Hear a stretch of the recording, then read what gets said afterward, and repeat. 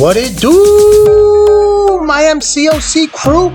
This is DamnEpic, back with a very exciting mass rank up video as well as triple 7-star crystal opening, which I'm going to be sprinkling those crystals throughout the video, so make sure to watch from beginning to end. It's going to be a pretty short, sweet, and action-packed video, but the first champion that I'm taking up is none other than my boy Hulkling, and you're going to see that I'm going to be using primarily R4 to R5 gems, taking these champions up because I do want to stick to using as much as possible just R4 to R5 gems on 6 stars, obviously, instead of using hard-earned catalysts. Now, Hulkling is going to R5, an amazing attacker in Battlegrounds, an amazing defender, need I say more, and he's just extremely fun to play. Now, this next rank up I just felt was just kind of out of necessity, and that's Hercules. One of, if not, honestly, the best champion in the entire game as a 6-star. He's just bananas. He does content, Tourney of Pain, long form, you name it, he can do it. And let's move on to my Mystics. Now, there were a few options, honestly. Doom, which honestly I'm kind of bored of that champion, even though no one can deny how awesome he is. I would have loved to take Maw maybe to R5 for defense, but that would have just been a defensive rank up. So I went ahead with Mooman, Rintra. Gotta take him to R5 because, again, when I'm taking champions up now, they really jump right to the top of the list once they are dual threat champions. Meaning, in Battlegrounds, they're amazing on attack and they're amazing on defense. So I know there's some stuff going on with Rintra now that he's bugged. Hopefully, Kabam doesn't change the champion too much because it's been so long that he's been this way. I think if this happens, Kabam really has to just kind of say, okay, come to some sort of compromise and leave the champion relatively close to how he is, because that's how people have gotten used to them, unless it's something game-breaking. Now, backtracking a little bit, Nimgod, obvious R5, definitely needs it, especially with those R2 dominoes running wild in Battlegrounds. Now, Spot was kind of an impulse R5. He's such a cool looking, awesome attacker, decent defender, especially with the right node. But I'll be honest, after that rank up, I really wish I would have taken Scorpion to R5 instead of Spot. I just feel like I would have gotten a lot more bang for my buck. So if I could have redone that, and if you're in a similar position, maybe think about doing Scorpion over Spot. But of course, at the end of the day, it comes down to which champion you enjoy playing more. So if you enjoy playing Spot more, take up Spot. So here is a 6-star relic crystal. These are still very rare, and anything new I will gladly take, as well as honestly dupes are also good for prestige and obviously for the potency of the relic. For this one, I believe it's going to be good. I'm just going to put a little infographic up here. So that would go on, I would say, Black Cat, honestly, with her AAR reduction. And let's get into the 7-star opening. So there are so many 7 stars I would like to get from here. I still do not have an America Chavez. More SIGs on Domino. I still do not have a Sunspot. But it's going to be an OG Spidey dupe. I'm actually okay with that. This is actually, I don't want to say he slept on, but he can actually do things. Let's put it that way. So he's not a terrible champion. He's actually pretty decent. And let's see.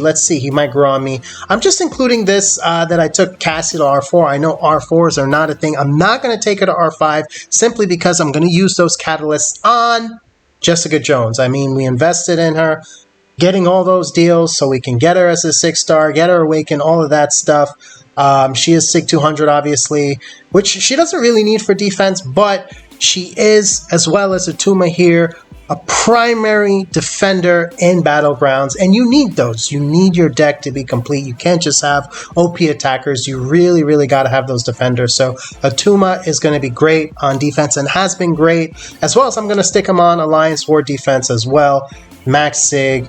And this one was interesting. Danny, I took her to R5 because for those who are watching the channel closely may remember, and I did get her as a 7-star, but she does really benefit from that awakened ability for her utility of killing off those immortality champs, killing off Nick in his first life. So who knows when I'll be able to dupe her as a 7-star. So 6-star R5, SIG 200 it is. Now for the second crystal, I would love to awaken my Gore, but we are getting yet another OG Spidey. This brings him to SIG 40, which I'm not mad about, let's put it that way. I'm not excited about it, but he does benefit from those signature levels, so the more SIGs we can get on him, the better his case of eventually going to R2. And I say eventually because there's a champion here that has recently stole my heart. I'm sure at first glance you can just already know, but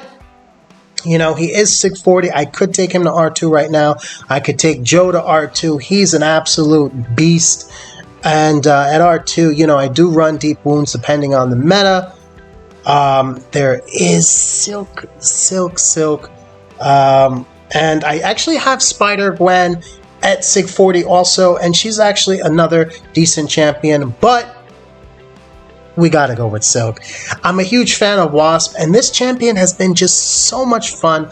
I'm falling in love with her playstyle. She's so silky smooth to play.